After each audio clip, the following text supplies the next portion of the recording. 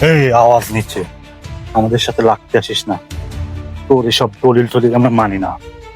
সর। বাবা, আমি একদিন ওদের মতোই হব। হ্যাঁ, তুই ওদের মতোই হবি। আমি সেই ব্যবস্থা করছি, পাইছি। আমার ছেলেকে শিবিরের কাছে পাঠাবো।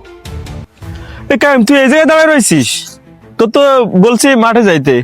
তা চল তো দেখে আসি জনেরা কাজ করছে কিনা ঠিক মতো। চলেন বড় ভাই।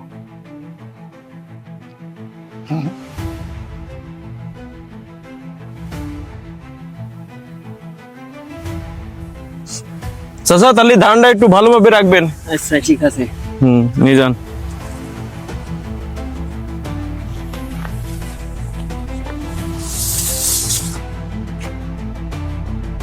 আব্দুল্লাহ, এই জমিটা তো আমাদের। দীর্ঘদিন ধরে এরা করে খাচ্ছে। এর একটা বিহিত করা দরকার। আর দলিল তো আমাদের সাথে আছে। চল তো। চলো বাবা।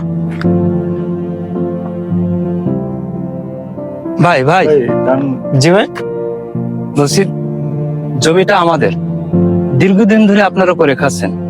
তাছাড়া দলিল পত্র আমাদের আছে। সামনেবার জমিটা ছেড়ে দেবেন। জমিটা আমাদের, বছর বছর তো আমরাই করে খাচ্ছি। ঠিক বলেছেন বড় ভাই। দলিল আমাদের নামে। গ্রামের লোক ডেকে বিচার করা হোক।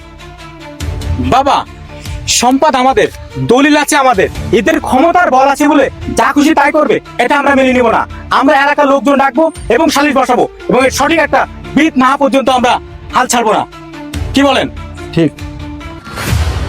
এই আওয়াজ নিচ্ছে, আমাদের সাথে লাগতে আসিস না। তোর এসব দলিল টলিল আমরা মানি না। সর।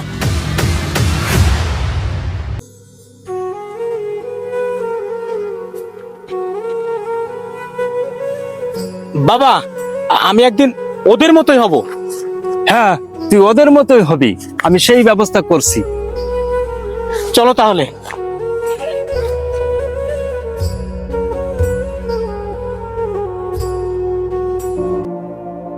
আমি আমার ছেলেকে এমনই এক জায়গায় পাঠাবো যেখানে শেখায় কিভাবে শত্রুর মোকাবেলা করা যায়, কিভাবে শক্তি দেখাতে হয়, কিভাবে রক কাটা যায়।